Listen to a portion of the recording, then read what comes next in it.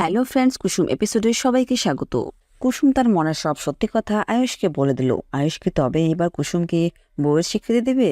জানতে হলে আমাদের টোল্ড স্টোরি টাইম চ্যানেলে চোখ রাখুন। কুসুম মন্দিরে গেছে তার নকল বিয়ের সব স্মৃতি মুছে ফেলতে, কিন্তু আয়ুষ্মানও সেখানে গিয়ে হাজির।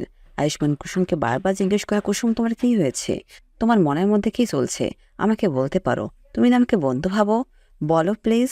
তখন কুসুম আয়ুষকে বলতে থাকে, ছোট সাহেব, আমি অনেক বড় ভুল করেছি।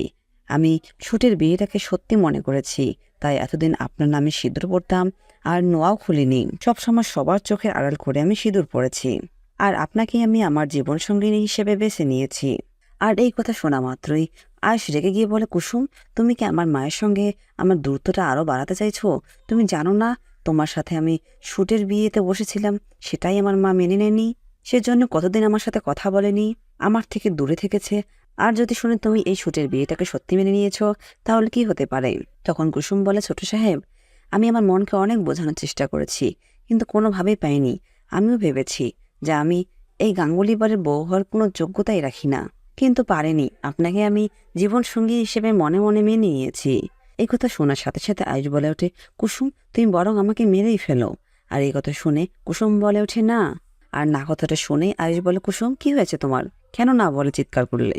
এরপর কুসুম বুঝতে পায় সবগুলো তার কল্পনা ছিল। আয়ুষ কুসুমের হাত ধরে বলল, কুসুম, চলো আমার সাথে বাড়ি চলো।